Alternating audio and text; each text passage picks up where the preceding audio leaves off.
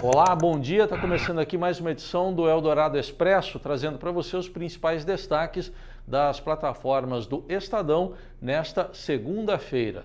A gente começa falando de reforma administrativa. Destaque de primeira página do Estadão revela que o governo Jair Bolsonaro pretende usar a realização de novos concursos públicos como moeda de troca para aprovar a reforma administrativa que ainda nem foi enviada para o Congresso Nacional. A ideia que foi revelada ao Estadão pelo secretário do Tesouro, Mansueto de Almeida, foi a de não enviar as propostas de realização de novos concursos públicos enquanto não for aprovada a reforma administrativa.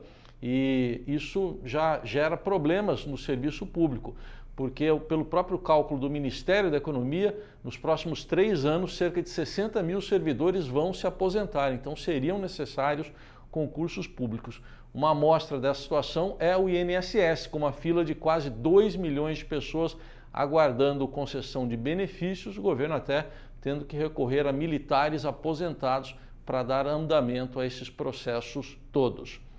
Outro destaque do dia é uma reportagem da Jussara Soares aqui no Estadão, mostrando uma prática comum do presidente Jair Bolsonaro de oferecer cargos de consolação para aliados aí do primeiro escalão que foram demitidos. Foi o caso de 5 de 6 integrantes do primeiro escalão que receberam ofertas de novos cargos no governo. A exceção foi o ex-ministro da Educação, Ricardo Vélez Rodrigues.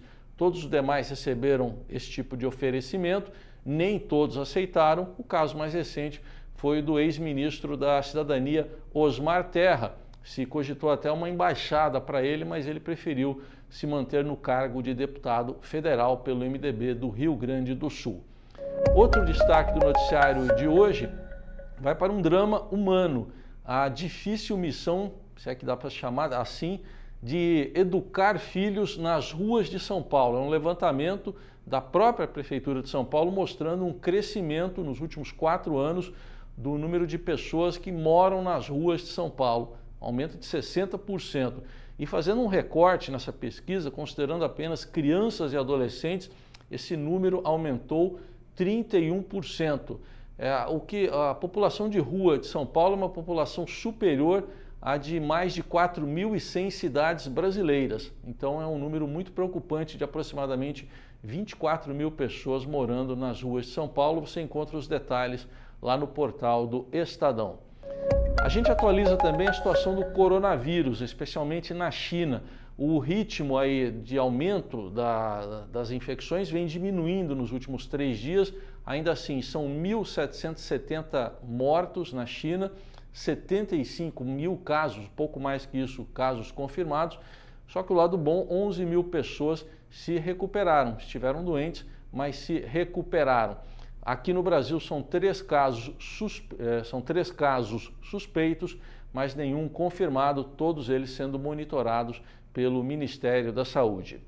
No esporte, destaque para a rodada do fim de semana do Campeonato Paulista, mas ainda dando o que falar a arbitragem de Douglas Marques das Flores no empate 0-0 entre São Paulo e Corinthians. Os São Paulinos reclamam de um pênalti do Camacho no Igor Gomes. O Raí falou que São Paulo foi roubado, ele é diretor de São Paulo. Outro dirigente, o Diego Lugano, disse que o São Paulo também foi prejudicado e mais que isso, foi atrás ali do trio de arbitragem, reclamou muito, até proferiu palavrões. Isso foi relatado na súmula do árbitro. Vamos ver os desdobramentos, se pode haver alguma punição.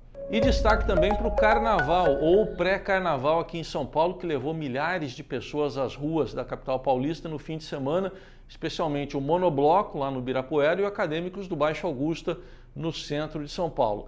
Destaque negativo também vai para algumas ocorrências policiais, uma delas um policial civil que reagiu a uma tentativa de assalto na Avenida Engenheiro Luiz Carlos Berrini, na zona sul de São Paulo, atirou e 5 pessoas ficaram feridas, inclusive gente que não tinha nada a ver com a história. Saiu um balanço da Secretaria da Segurança Pública mostrando que mais de 400 pessoas foram detidas durante o Carnaval de Rua de São Paulo, ou pré-carnaval. Houve casos de gente que foi detida, depois liberada, e houve casos, foram 127, de pessoas que estavam sendo procuradas pela Justiça e que foram presas. Está tudo lá no portal do Estadão. Estes e outros assuntos você acompanha ao longo desta segunda-feira nas plataformas do Estadão. Uma ótima semana para você e até amanhã.